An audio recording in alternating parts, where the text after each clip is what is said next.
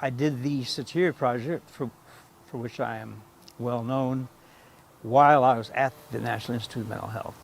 Soteria was an experiment that we did for 12 years, based in Palo Alto, but we had two facilities, one in San Jose and one in San Mateo, where we took in people who were young, newly diagnosed as having something called schizophrenia, whatever that is, and there we treated them in a special social environment, staffed by non-professionals, supervised by professionals, but the basic staffing were not non-professionals, and we treated them without neuroleptic drugs as much as we could, which was the vast majority had no neuroleptics for the first 6 weeks, and we compared them with a randomized control group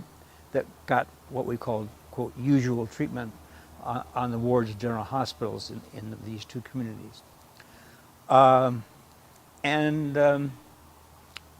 You know, it turned out that the vast majority of the people who went through the experimental programs got better within the first 6 weeks without medications.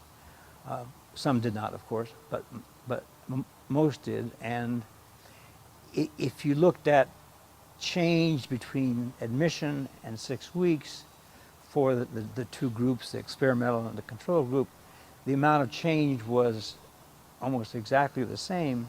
Change in level of psychopathology, that is symptoms, were similar, but the difference was that almost none of the Soteria or experimental group folks had neuroleptics, whereas all of the control group had neuroleptic treatment.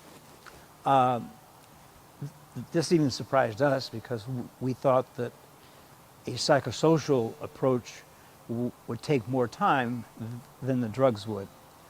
And so finding comparable decreases in levels of symptoms at 6 weeks is quite surprising for us too. But it's so, it happened. And then we followed them for a total of 2 years, both groups. And at 2 years, the Soteria group as a whole was doing significantly better than the control group.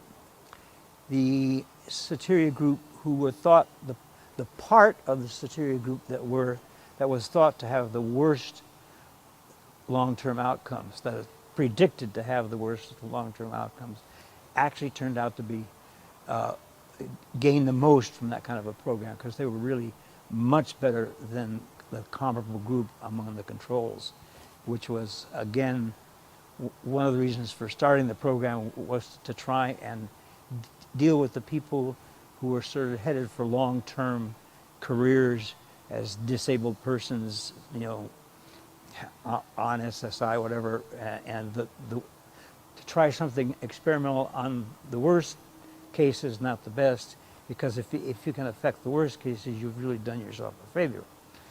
And we did, and they were really the strongest difference was between them and the controls, more than the overall group. The third finding was 43% of the experimentally treated subjects never received neuroleptics during the entire 2 years.